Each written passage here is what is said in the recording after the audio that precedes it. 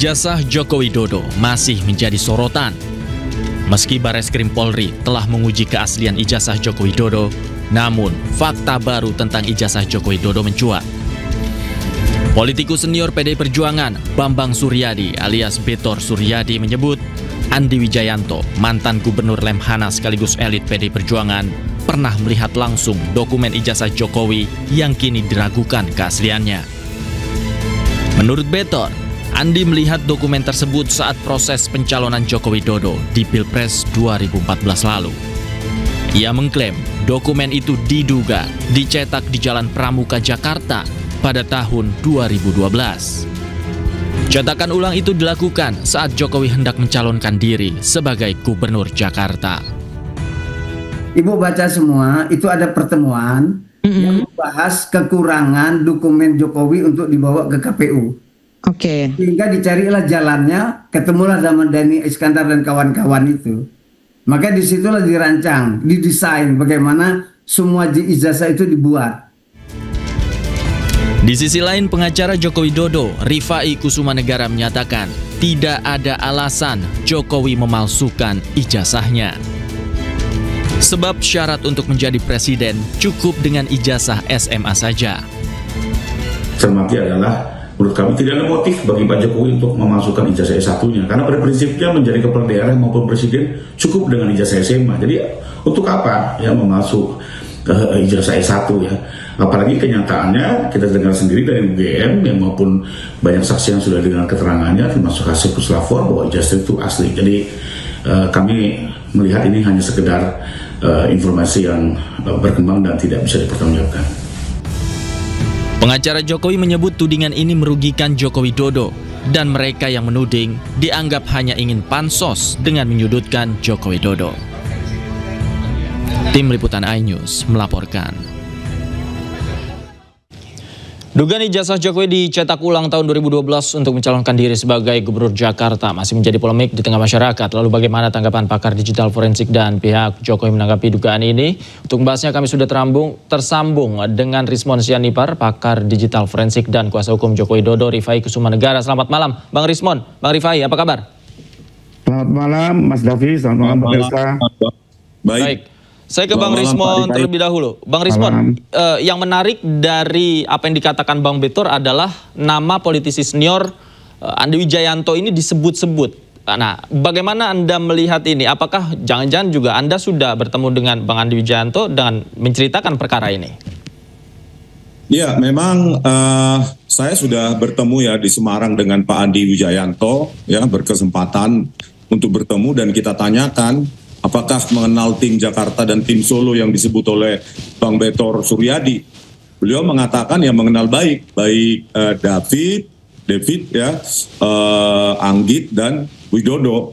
Dan kami juga berkesempatan bertemu dengan para aktivis, sejumlah aktivis di Solo. Mereka juga mengenal ya tiga orang tersebut yang merupakan tim dari Solo, yaitu yang saya katakan tadi. Jadi memang confirm bahwa ketiga orang tersebut juga real, begitu.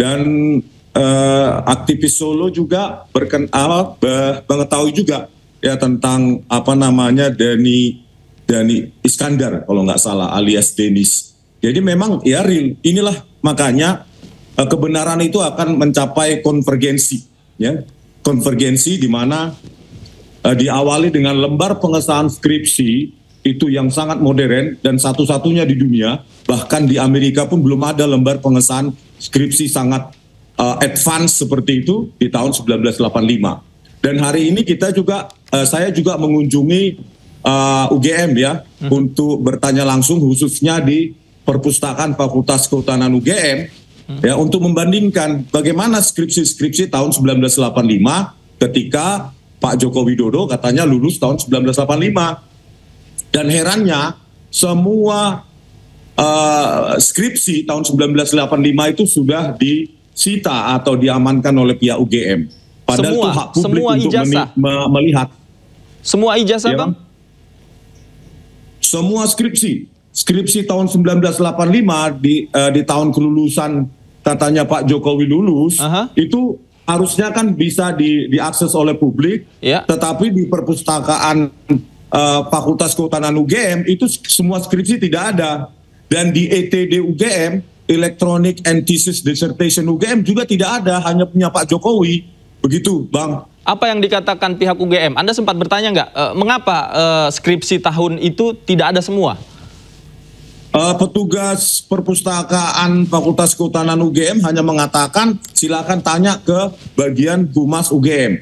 Nah, setelah kita tunggu selama sekitar 2 jam, koordinator Humas UGM katanya petugas di sana itu sedang ada dinas di luar kota. Jadi minggu depan saya akan datang lagi sampai bisa bertemu dengan rektor dan wakil rektor UGM. Terutama Wakil Rektor UGM, Bu Uning, yang telah menjanjikan kami untuk merilis video pertemuan tanggal 15 April 2025. Supaya ya karena kami dituduh menghasut, di dalam pertemuan itu bisa kita buktikan bahwa kami tidak ada niat menghasut dan kami hanya datang ke tempat alma mater kami di mana kami dididik dan lulus. Begitu, Bang. Baik, saya ke Bang Rifai. Bang Rifai, tanggapan Anda, skripsi tahun 85 ini tidak bisa diakses semuanya, padahal jika bisa diakses paling tidak bisa dibandingkan, kemudian bisa dikonfirmasi baik itu teksnya dan lain sebagainya.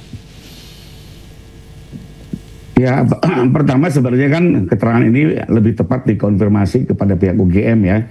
Apakah benar yang disampaikan Bang Rismon ini kan harusnya dikonfirmasi ke UGM ya, karena ini kan cerita sepihak ya. Tapi sekedar informasi saja. Kemarin kan teman-teman mempersoalkan tidak adanya atau diamankannya beberapa koran di Kedaulatan Rakyat ya. Padahal itu memang sengaja diambil oleh Bareskrim ya, bahwa untuk apa? Untuk kepentingan pembuktian di sana gitu sifatnya. Jadi kembali lagi kalau sudah siap tersangka, padahal ini kan diambil untuk pembuktian. Lalu dianggap seolah-olah diamankan atau diapakan gitu. Padahal ini jelas untuk kepentingan pembuktian.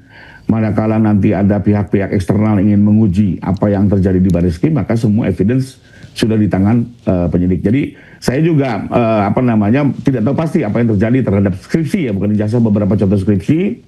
Ya, tapi apakah ini juga bagian dari itu? Maka sebenarnya untuk hal ini lebih bagus kita tanyakan kepada pihak UGM. Tapi menarik satu mungkin, Bang, mengenai apa yang disampaikan oleh Pak Betor Suryadi ini ya. Kalau nggak salah Pak Betor Suryadi ini kan waktu itu juga sempat datang dengan rombongan Pak Rismon, datang ke UGM, Pak ya. Waktu datang ke UGM itu rame-rame dengan rombongan Pak Rismon. Saya tidak kenal Pak Betor, sampai saat ini juga saya nggak terkenal, cuma tahu dari media. Iya, tapi ada satu tayangan yang bilang waktu itu juga ada dalam rombongan, katanya duduk sebelah kiri. Artinya kalau betul itu berita ya, intinya kan Pak Betor ini kan sebenarnya orang lama ya, orang lama yang sudah mengikuti proses ini, tapi baru membangun cerita baru gitu loh. Jadi saya sih melihat ini hanya sebuah kejutan-kejutan saja untuk mencoba mementahkan apa yang terjadi di Bareskrim hasil puslapor. Apalagi kalau kita ikuti ya dari segi tata waktu yang dijelaskan pun juga membingungkan. Waktu ditanya oleh reporter iJus, dari mana Anda tahu ini kepalsuan ini? Dari cerita Bambang Tri, padahal itu tahun 2022. Tentang terkait mantan rektor Pak Sofyan itu juga 2025. Jadi bagaimana di 2012 ya mencurigai ada kepalsuan, tapi berangkat dari data tahun 2022 dan 2025. Jadi banyak yang tidak logik. Lalu juga sifatnya ini kan testimonium di auditu. Jadi cerita dari cerita dalam hukum itu tidak bisa cerita dari cerita itu menjadi pegangan ya. Ada istilahnya testimonium di auditu ya. Harus orangnya langsung menjelaskan langsung, itu pun diuji. Apakah dia relate dengan circumstance evidence lainnya atau sekedar membangun cerita baru ya untuk mencoba menggugurkan hasil Bareskrim. Jadi kalau saya sih melihat ini lebih kepada gimmick-gimmick ya. Apalagi saya tidak percayalah partai sebesar PDIP mengusung gubernur 1 kali, presiden 2 kali, apalagi sudah diketahui oleh para petinggi adanya misalnya ijazah palsu. Saya pikir ini riskan sekali sebenarnya digulirkan ya, tapi saya nggak ngerti juga nih arahnya kemana. Ya, apalagi politisi senior nama Andi Wijayanto begitu berani disebut-sebut, padahal waktu itu PDI Perjuangan kan mengusung Pak Jokowi di Pilkada Jakarta begitu, Bang Rifai. Betul, dan saya ikuti juga waktu wawancaranya Bang Rismon dengan Pak Andi ya.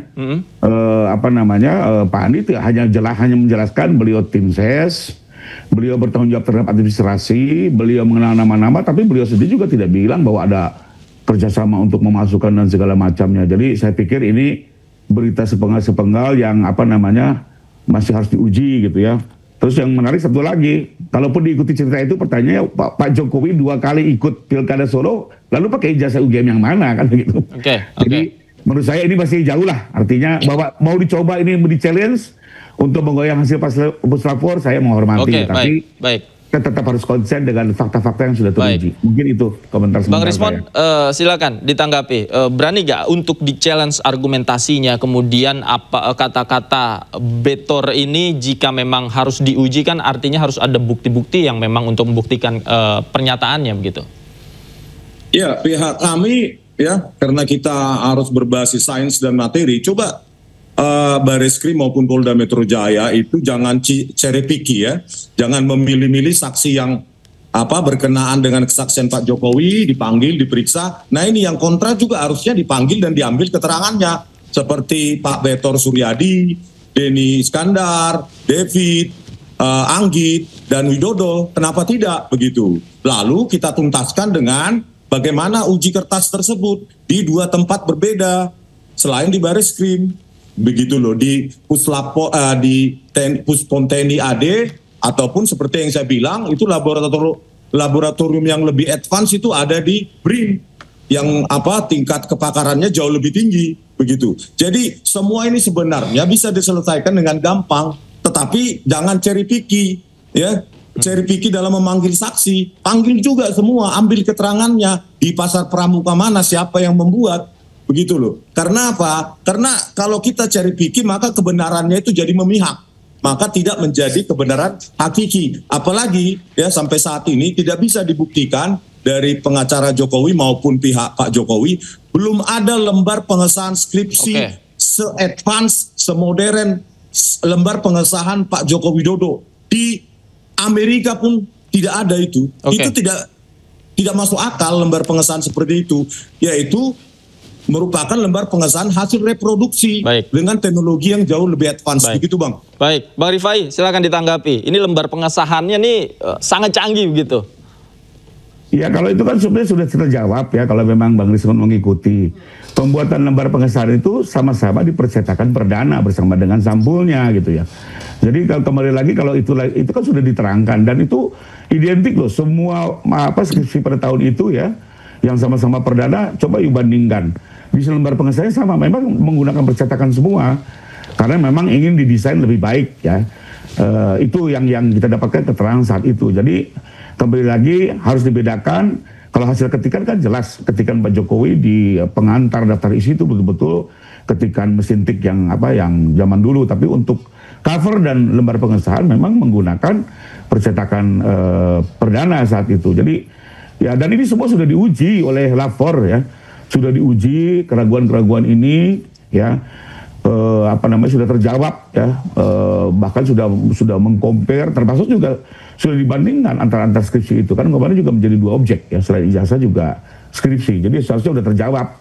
Tapi ya, saya sih menghargai lah bahwa intinya teman-teman ingin melakukan pembelaan-pembelaan yang monggo kerso, tapi kalau menurut saya kami dalam satu sikap puslapor sudah harus selesai Pak, sudah harus selesai, final, bahkan kami keberatan dengan gelar khusus.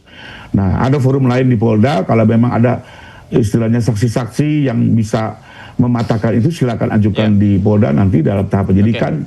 Tentunya kan setiap pihak bisa mengajukan saksi, demikian mungkin.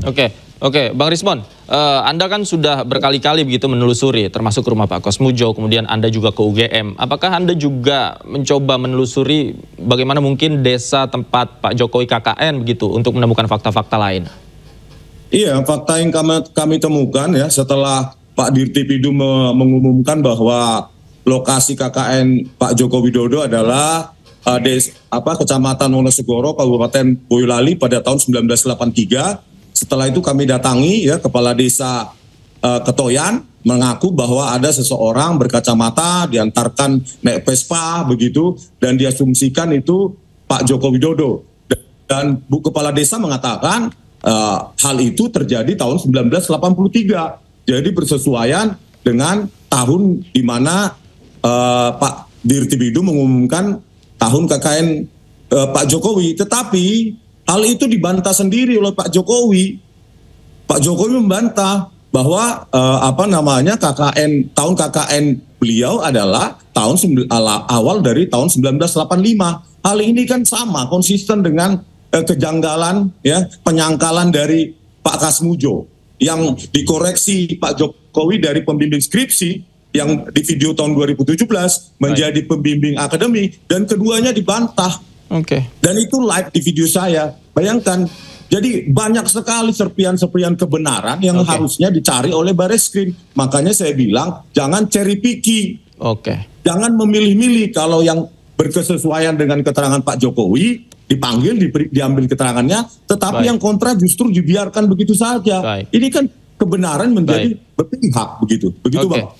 Masih banyak serpihan-serpihan puzzle-nya, nanti seperti apa kita tunggu terus Bang Rismond untuk merangkai puzzle-nya untuk kemudian diuji oleh Bang Rifai. Baik, terima kasih banyak Bang Rismond. Bang Rifai juga terima kasih banyak. Selamat malam Bapak-bapak. Sama-sama, terima kasih Bang Gavi.